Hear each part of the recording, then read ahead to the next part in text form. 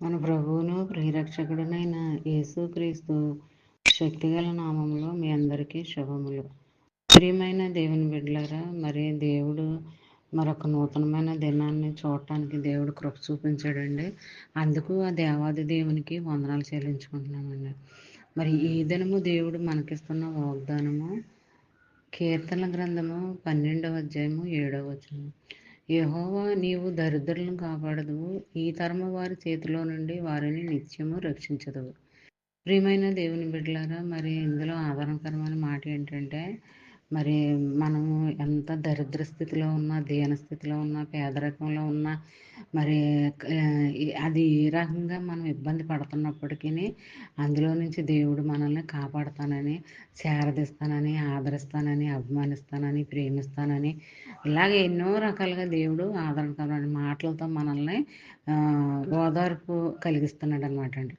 మరి ఆయన మనల్ని చేరదీసినంత కాలము, ఆయన మనల్ని రక్షించినంత కాలము మనకి ఏ ఇబ్బందులు ఉండవో, ఏ బాధలు ఉండవో, ఏ సమస్యలు ఉండవు, ఏ బలహీనతలు కూడా మన దరిదాపులకు రావన్నమాట అండి.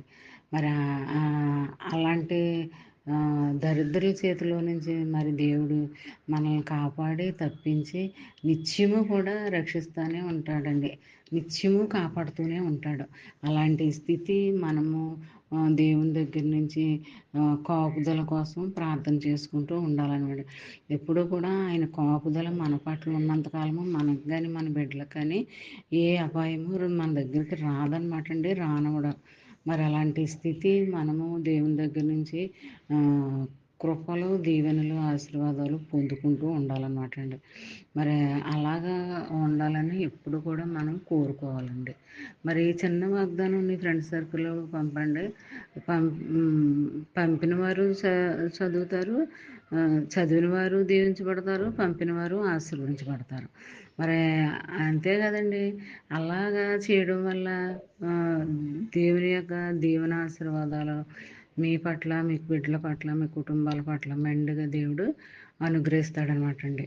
మరి ఈ చిన్న వాగ్దానం దినమంతా కూడా ధ్యానించుకుంటూ, మరి మనసులో పెట్టుకుని గుర్తు చేసుకుంటూ అలాగా చేసినట్లయితే దేవుడు మనల్ని ఎంతగానో కాపాడతాడనమాట అండి.